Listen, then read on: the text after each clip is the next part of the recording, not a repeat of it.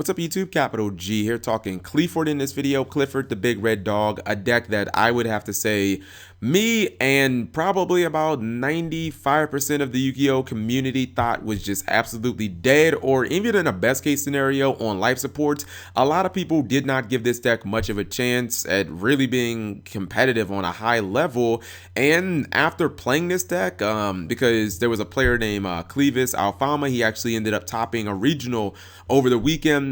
Team Shockwaves, they have the video right here, guys. I'm gonna link and annotate that. I highly suggest that you watch the video. I found it to be very informative. After seeing his deck list, which you guys are seeing right here, I've got to say, like, stories of this deck's demise have been greatly exaggerated. I originally was playing his deck card for card. I ended up making adjustments to my liking, and I've got to say, like, there are some times where I may play a deck on stream and I'm like, this deck is way more fun than I thought it would be. And there are some times where I play a deck and I'm like, this deck is way better than I thought it would be. Clifford would definitely be the latter.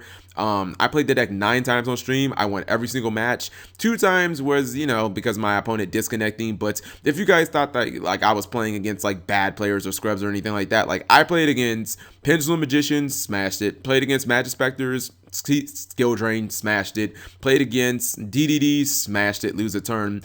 Played against OCG Pepe. I'm talking like the dude at Solemn Notice, Twin Twister, you know what I mean, Aradnate, still beat him because of Wavering Eyes. Like, this deck is actually way better than I could have ever imagined it would be right now.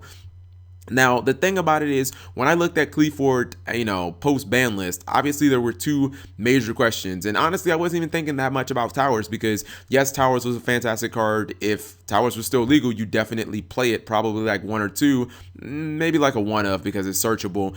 And the deck would obviously be better because even like the Pendulum-based decks right now, they don't really play outs to it. I guess they could play like Crab King, but that card is trash. They'd have to play that to, I guess, out Towers. But mainly, a lot of it had to do with Scout. And, number 1, what happens when you don't open Scout? And then number 2, what happens if your Scout dies? I used to think in both of those situations, you'd probably lose. And I thought that it would be very likely that you wouldn't open Scout because it's 1 card out of 40. I would say in testing and playing this deck, I have never opened with a limited card more times, like, ever in any of the decks that I played. I opened with Scout in my first 6 games. I opened with Scout 5 times. Like, it was ridiculous. And it's because the deck obviously has a bunch of different ways to search the card, but like with this new card, Ignite Reload, which is absolutely bananas, this is essentially one of the ways that this deck can like fix its hand if you happen to draw too many monsters, or it gets even better if you open with Scout and this and you want to, like you already have your setup, but you want to get some defensive pieces. This card is really, really good. Essentially, you basically can send back any amount of pendulum cards to your deck, and then you draw that same amount plus 1 card, so it's always a 1-for-1. Another thing is Wavering Eyes is always, like, it gives you access to Scout. If you open up with 2 random pendulum cards, like, a Stealth and a Disc, or Cephalopod and, maybe like a Shell or something like that, all you need to do is just put them in your pendulum zones, activate Wavering Eyes, bam, you automatically have your Scout. Then you can complete your scale, you can pin those guys back, you can pretty much do whatever you want from there. The deck plays double Summoner's Art. That's definitely going to be a consistent way of getting to Scout because that card is essentially Scout, and even if you open with that in Scout, you can just search out Monolith. Hopefully you can do some tribute plays. Now, he decided to run 3 copies of Pot of Duality. I'm going to show you guys my build. I decided to just pretty much cut that card out because what I found about Duality was a lot of turn 1s I wanted to special summon, and when I drew the card after turn 1, it just wasn't very good because, like, I always wanted the pendulum summon, even if I wasn't making an offensive push. Like, I always wanted the pendulum summon every single turn. And what I think about this deck is, I think that it's still ridiculously strong because it's pendulum based. And I think that the pendulum mechanic is just so far ahead of all of its predecessors, like the Xyz and Fusion and, the Synchro Summon, that just being able to say, well, I can get my monsters back every single turn, it's just so really good, even if this deck has been kind of roughed up by the ban list where this is at 1, this is at 1, this is at 1, this is at 1, there's no towers. Like, the deck is still really, really good. Now, the second half of the reason why this deck is so good and why I like it right now is because it honestly is the only pendulum-based deck that can play Floodgates against other pendulums. I know that there's, there are some people that are like side decking anti-spell fragrance and like pendulum magicians and, you know, magic specters and stuff like that, kind of trying to be cute against like the mirror match and whatnot. But I'm talking about straight up main decking things. I'm talking about straight up main decking lose one turn and Vanity's Emptiness, which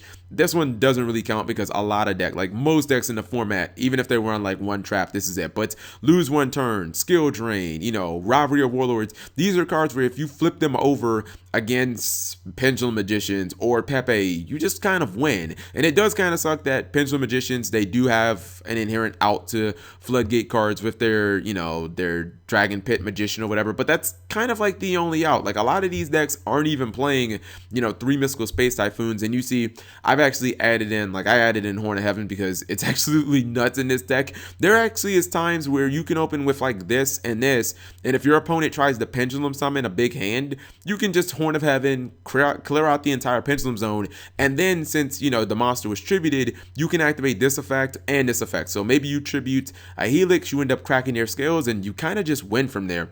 Wavering Eyes in the main deck, which I assume a lot of pendulum decks are running right now, is absolutely nuts.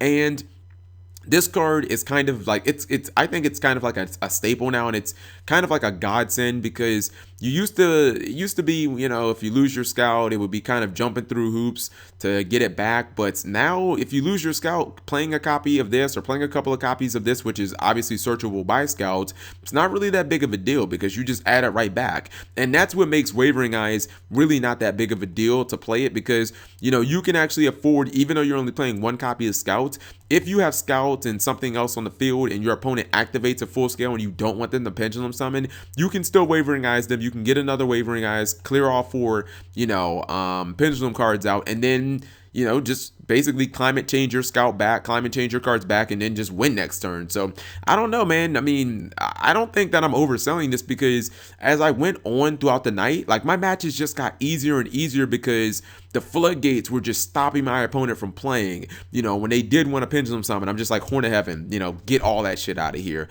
You know, activate Solemn Warning, get all that. Like it felt like I could still do the brokenness of pendulum summoning, but at the same time, I knew that if I didn't have that, I still had access to, you know, this entire backline of traps, where most pendulum decks outside of Magic Specters, they don't really have anything to fall back on.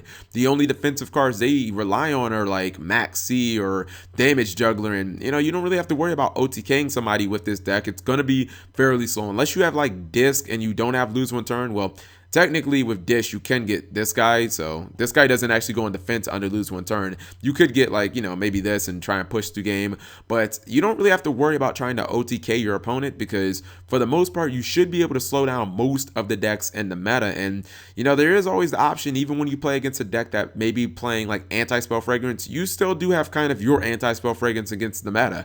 You know, if you play a Sotaranite deck that has anti-spell fragrance and you have skill drain, you're gonna win that matchup. I can tell you that right now, because skill drain, like Sotaranites, small decks, they will not be able to handle a constant barrage of 2800 monsters, because you're playing, as I used to say religiously, you're playing caveman Yu-Gi-Oh at that point. So I feel like Cleafords have way more in the tank than a lot of people are giving them credit for, and it's a lot of it has to do with A, the fact that they're pendulum based, which is still broken. It's still just an OP mechanic. And B, they're the only pendulum deck that can run floodgate cards. I mean, Magic Specters can run a whole bunch of traps, but if you lose your Magic Specter monster on field, you get wrecked. You know, with this deck, it doesn't really matter. If I have lose one turn, it doesn't matter if you Regeki me. You're not doing much damage. So let me know what you guys think. And if you're looking for a really good budget deck that can keep up with a lot of the meta, might want to look at Cleafords, because outside of Monolith and lose one turn, these are pretty much the only cards that are like $10 in the deck. Everything else, you know, even cards like Stealth and Scouts and Disc that used to be, you know, a lot of money, these cards are like $1 now. Like really, you know, Ignite Reload, this just came out in Dimension to Cast, $4 card. You can probably get everything here, maybe like 50-60 bucks tops. Like it's a really cheap deck. That's all I'm saying, guys. So let me know what you guys think. Thank you for watching, as always.